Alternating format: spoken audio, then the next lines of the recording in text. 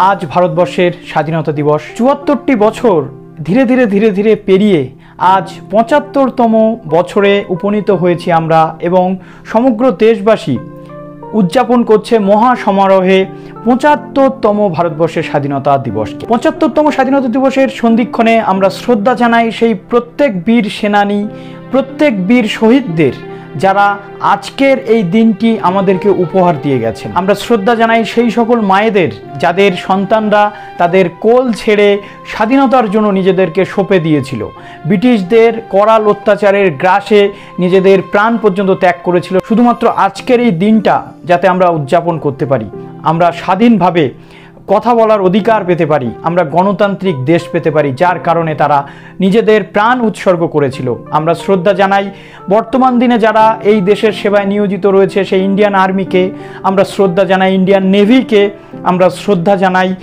বায়ুসেনাকে, আমরা শ্রদ্ধা জানাই সেই কৃষককে যে তার প্রতিটা দিনের পরিশ্রমের মাধ্যমে উৎপাদিত শস্য দ্বারা সমগ্র দেশবাসী বা সমাজের জন্য কিছু করে চলেছেন।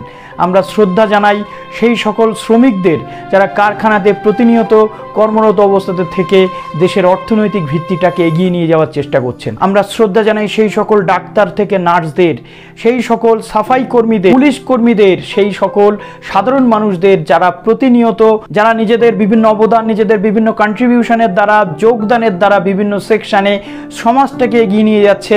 আর আমরা জানি সমাজ যদি এগোয় দেশ কিন্তু এগোয়। দেশ হলো একটি সামগ্রিক সমাজের পরিসর।